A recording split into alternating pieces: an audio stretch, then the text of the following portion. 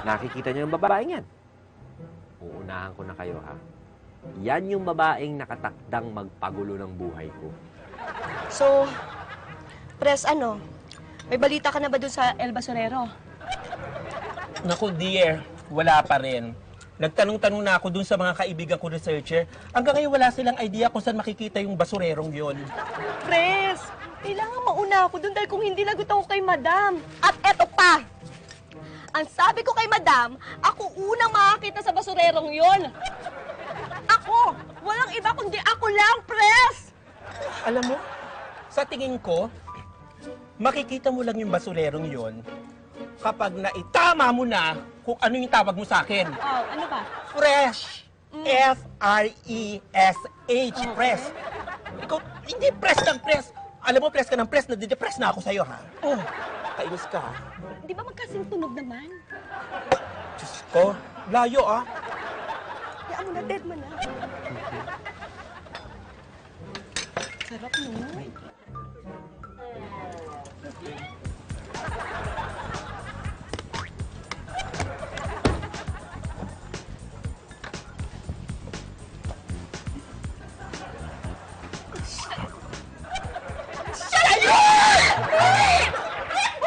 Hindi mo pa tapos yung ano pagkain. Dead man na yan. Ang ganda pa.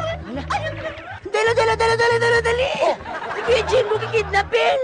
Kikidnapin? Duh! May pera ba sila?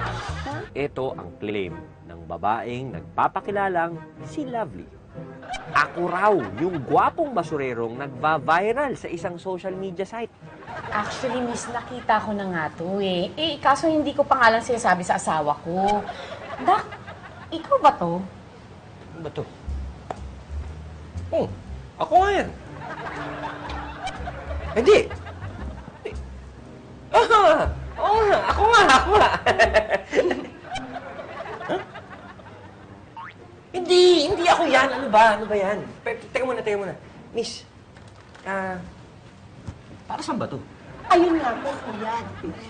Ipipicture po kasi namin yung buhay mo dun sa magazine show sa cable na ilo-launch pa lang po namin ngayon. Mataas ang rating ng cable channel na yun. Maraming nanonood. Mga 3 siguro. O ano kuya, push na natin to? Payag ka na ba? Go!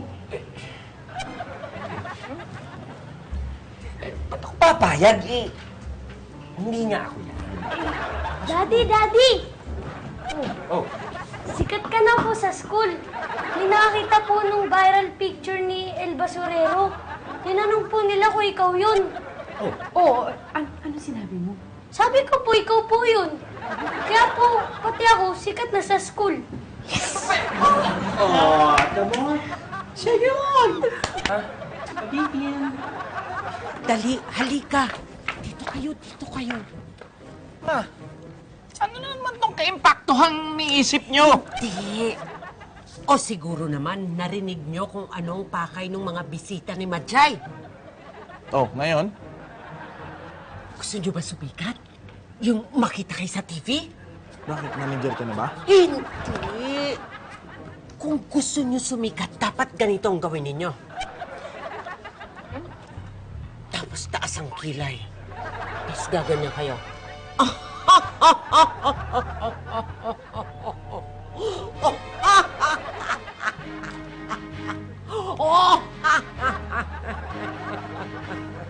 Tol, bakit humahalakak yun?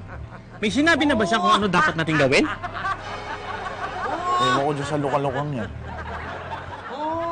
Luka-luka eh. Sobra.